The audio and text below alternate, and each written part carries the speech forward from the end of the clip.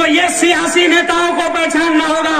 یہ آپ کے دشمن ہے, ہمارے دشمن ہے, ملک کے دشمن ہے. وہ سیاسی نیتا یا وہ میرے جیسا داڑھی والا دھرم گرو بھی اگر نفرتوں کی بات کرتا ہے اور نفرتوں کی پوجا کرتا ہے اور نفرتوں کو پسارتا ہے اور پھیلاتا ہے تو سمجھ لینا یہ ملک کا بھی غدار ہے اور سماج کا بھی غدار ہے. اس ملک کو بچانے کی ضرورت ہے. اس لیے میں آخری باتیں سمیٹتے ہوئے, کیونکہ میں نے سب کی باتیں سنا اور بھی کچھ اچھے لوگ ہمارے پروکتا باقی ہے, اس لیے میں زیادہ دیر نہیں لوں گا. میں اپنی باتوں کو سمیٹتے سمیٹتے کہوں گا کہ جوانوں پہچانو زہریلا سانپ کون ہے.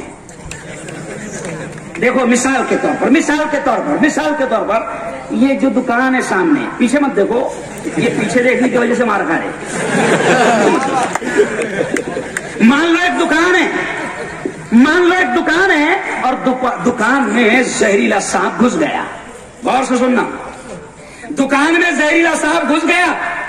اب دکان تھی رمیش بھائی کی, اب زہریلا سانپ رمیش کی دکان میں گھسا تو کوئی یہ نہیں دیکھے گا کہ دکان کس کی ہے, رمیش کی ہے. زوردار تالی آپ ایک بار بجا دے. ہمارے ذمہ دار آئے ہیں, پولیس کے ادھیکاری آئے ہیں, زوردار تالی آپ ایک بار بجا دیں. یہ لوگ بھی بیچارے امن قائم کرتے کرتے ان کا امن ختم ہو جاتا صاحب. اس لیے آج کا یہ پیغام, یہ کاریکرم, یہ پروگرام ایک سندیش دے رہا ہے ایکتا کا. تو سنیے, آپ ایک مثال سنیں کہ رمیش بھائی کے دکان میں سانپ گھس گیا تو اب تمام لوگ یہ نہیں دیکھتے کہ دکان رمیش کی ہے, بلکہ سب کی کوشش رہتی کہ کسی بھی طریقے سے زہریلا سانپ نکل جائے. اب کوئی بجاتا پنگانی, کوئی بولتا ٹنڈولے میرا منڈولے, ہے نا, کوئی جلاتا چندیا, کوئی ڈالتا مرچا. سب کی تمنا کیا رہتی, ارے بولو نا زور سے, سانپ نکل جائے. تو دونوں سماجوں کو میں جواب اس میں ایک پیغام دے رہا ہوں, سندیش دے رہا ہوں کہ سانپ دونوں طرف ہے. اگر سانپ کہیں بھی گھسا تو کوشش کرنا کہ پنگانے بجا کر نکلے, کہ مرچیں جلا کر نکلے, کہ کپڑے جلا کر نکلے, مگر سانپ ارے بولو نکلنا چاہیے. اس لیے سماج میں پل رہے پنپ رہے زہریلے سانپوں کو پہچانو اور یہ نفرتوں کی چیز ختم کرو. بلکہ آخری بات کہتے ہوئے کہوں گا کہ سنو سنو سنو, ہم جس نبی کے ماننے والے ہیں, ہم جس پریشد کے ماننے والے ہیں, ہمارے نبی نے کیا کہا ہے, ہمارے نبی نے کیا کہا ہے. ہمارے نبی نے کہا ارحموا من فی الارض یرحمکم من فی السماء. اور لوگوں سنو سنو سنو, ہمارے نبی نے فرمایا کہ تم زمین والوں پر رحم کرو, آسمان والا تم پر رحم کرے گا. راجیش ٹوپے جی نے حدیث سنا کر گئے, مفتاحی صاحب راجیش ٹوپے جی نے حدیث سنا کر گئے. کیا انہوں نے حدیث سنائی کہ مسلمان وہ ہے کہ جس کا پڑوسی اس کے ہاتھ اور زبان کی تکلیفوں سے محفوظ ہو. اس لیے آج طے کر لو, یہ دھرم گرو سارے دھرم کے یہاں پر آئے ہیں اور بدنا پور سے صاحب پیغام جائے گا کہ ہندوستان میں نفرتوں کے پجاریوں کو ہم پنپنے نہیں دیں گے. زوردار تالیاں پر بدنا پور سے پیغام جائے گا کہ ہم نفرتوں کے پجاریوں کو پنپنے نہیں دیں گے. اور میرے مسلم جوانوں سنو, صاحب ہمارے نبی نے, ہمارے پریشد نے کیا کہا, بنتے صاحب ہمارے پریشد نے کہا کہ تم مسلمان نہیں ہو سکتے اگر تمہارا پڑوسی تمہاری تکلیفوں سے پریشان ہو. اور لفظ پڑوسی کہا, یہ نہیں کہا کہ مسلمان پڑوسی. اب پڑوسی میں رمیش بھی ہو سکتا ہے, پرکاش بھی ہو سکتا ہے, گنیش بھی ہو سکتا ہے, کیلاش بھی ہو سکتا ہے, بودھ بھائی بھی ہو سکتا ہے, کرسچن بھائی بھی ہو سکتا ہے, کوئی بھی ہو سکتا ہے. ہمارے نبی نے کہا کہ تم مسلمان نہیں ہو سکتے اگر تمہارا پڑوسی تمہاری تکلیفوں سے پریشان ہو. اس لیے طے کر لو کہ نفرتوں کے سوداگروں کو ناکام کرنے کا یہی پیغام ہے کہ ہم اپنے پڑوسی کو بھی تکلیف ہونے نہیں دیں گے. زور سے کہو انشاءاللہ. اور اس پیارے دیش کو بچائیں گے, کہو زور سے انشاءاللہ. کسی نے اس لیے بات ختم کرتے ہوئے کہوں گا کہ صاحب کبھی اقبال نے کہا تھا, کبھی اقبال نے اس پیارے دیش کے بارے میں جیسے ہمارے پریشد نے کہا تھا کہ مجھے ہند سے ٹھنڈی ٹھنڈی ہوائیں آتی ہے, تو کبھی اقبال نے کہا تھا کروڑوں موبائل میں وہ رنگ ٹون بجتی ہے, سارے جہاں سے اچھا ہندوستان ہمارا ہمارا, سارے جہاں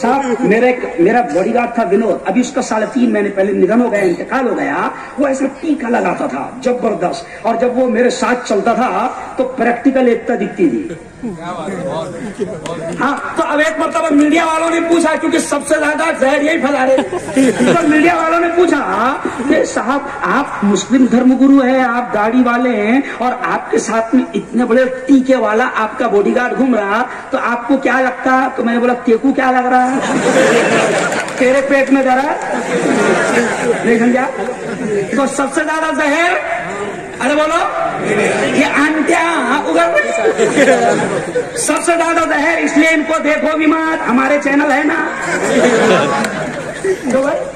اس لیے ان کو دیکھو بھی مت. تو پھر آخری بات کہوں گا کہ ابھی میں ایک مورچے میں تھا صاحب, آج نشہ مکتی کا ہم نے مورچہ نکالا. نتن بسکوتے ہمارے ایک دوست ہے, انہوں نے مجھے چیف گیسٹ کر کے بلایا. اب پیچھے کچھ لڑکے رہتے ہیں ہمارے جوان, تو پیچھے کچھ جوانوں نے سنا, مسلمان جوانوں میں تم سے بھی کہہ رہا ہوں, تو پیچھے کچھ جوانوں نے, میں نیتا بھی ہوں, تو انہوں نے نعرہ لگایا, مفتی صاحب تم آگے بڑھو, ہم تمہارے ساتھ ہیں. تو میں نے پیچھے دیکھا تو ایک دم پچکٹ پڑی, اور پتا چلا کہ پورے سے پورے اندر سے کھوکھلے ہو گئے. مطلب تیرے بھروسے پہ کیا آگے بڑھنا رہے,